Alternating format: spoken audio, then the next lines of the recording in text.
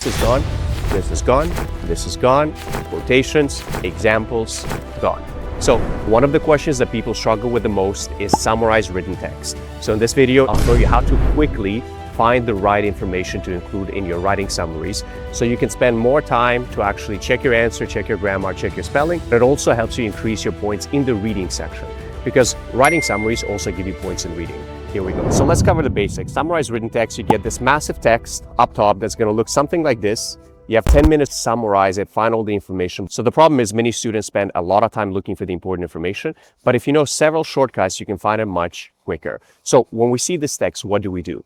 Well, the first thing, of course, you need to skim it over quickly. You can read it a little bit, but I don't recommend reading it word for word, trying to understand every single detail. There's a lot of things that you can eliminate. First things first, you can eliminate any examples. If you see, for example, for instance, such as, get rid of it right away. Second thing, quotations. Quotations are somebody's exact words explaining something in more detail. So typically, if you see massive parts with quotations, the important information is going to be summarized right before or right after. The next thing, processes and procedures. I'm explaining to you this new method of doing a heart surgery. But once I've told you about that, through every single paragraph, I'm going to mention each aspect of the new method of surgery, and then I will explain the process in more detail. So what you want to capture is the main idea, introducing the process, mentioning the process, or naming it, without going step by step into every single nitty-gritty detail. You can include a couple small things, but don't include every single thing. Next, list of steps. If you need to buy tomatoes, potatoes, oranges, bananas, and toilet paper, and so on and so forth, you need to buy groceries, right? So you can include one or two things from that list, but do not include that whole list. You're taking up a lot of very limited space. And if you have a lot of years, statistics, numbers, names of countries, names of people and places, it's probably not that important. Now, we have this text, we look at it. So if we were to eliminate the things which is discussed, this is gone, this is gone, this is gone, quotations, examples, gone. So when you know how to do this very quickly, as you can see from this example here, almost 40% of the text, if not more, is actually redundant. It's actually irrelevant. So you got the skeleton of the text, and now it depends on your level of English. There are two ways to do it. One is what I recommend to my students who need a lower score, who still make writing mistakes, need a little bit of help, need a little bit of work. And the second method is for students who already have a slightly higher base level and they're able to do a lot of things on the go. So let's go one by one through each one of them. In the first one, you have this leftover information. Obviously, not everything is important. So you want to identify the key sentences. Typically, these key sentences are going to be at the start of the paragraphs or at the end of the paragraphs. Why? Because at the start of the paragraph, by definition in academic text, we will introduce a new idea. We will introduce new keywords that we haven't spoken about yet. And towards the end of the paragraph, often there's going to be some conclusion, some outcome, some kind of a result.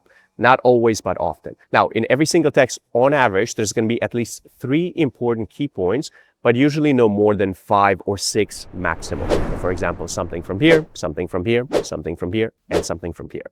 Now, of course, those sentences are too long. And because we have a limit of 75 words maximum, we cannot include all of them. So again, when we look at individual sentences, typically you will see that part of it is important. You have some new crucial information.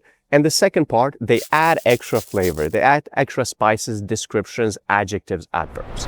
Adjectives, adverbs, those descriptive words. I like coffee, or I like coffee very much, incredibly, amazingly. Those kinds of words don't actually change the meaning. So you can actually cut them down as well. So out of this whole long sentence, if you actually start reading what's important and what's not, you will quickly see that only about half of that sentence is important. At this point, what can you do? If your level is good enough, you can feel confident kind of cutting things out as you go along. You can actually reduce the sentence, add it in, put your connector, add another, put your connector, add another, put your connector, add another, and then start to rewrite it. But if you see that your level is a little bit lower, it's harder for you to remove some things, rewrite some words on the go because you tend to make more mistakes. In that case, I want you to copy the sentence almost entirely as it is. 1, 2, 3, 4.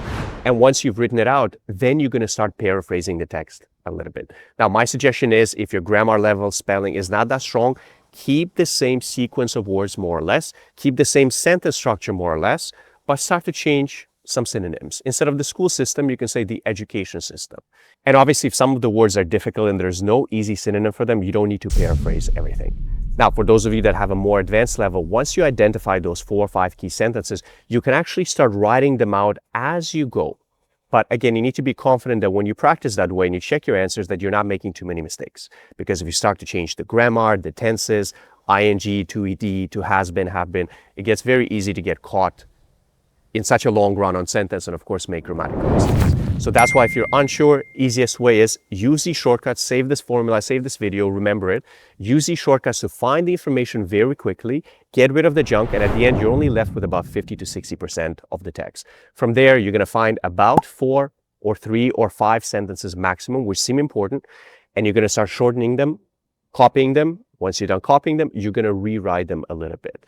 As a general rule, if you're somebody who needs band 7 in PTE, you want to be rewriting 40 to 50% of that text. And if you're somebody who needs 8 band, you want to be rewriting upwards of 50, 60, even 65% of the text. Remember, you got 10 minutes to complete this from start to finish. You can only put 1 full stop at the end. Make sure to check the word counter. The computer counts the words for you, so do not go over 75 words. Oh, and by the way, before you go, if you need any support with classes preparation, mock tests, practice questions, or you need just 1 hour with one teacher one-on-one to go through your mistakes, help you understand what you're doing wrong, help you correct some of the things before your exam, let us know. See our options for classes down below for full coaching or individual classes, or if you need practice materials, mock tests, check the links in the description. This is Alex from Dream English and Visa Consultancy. I will see you in the next video. Good luck.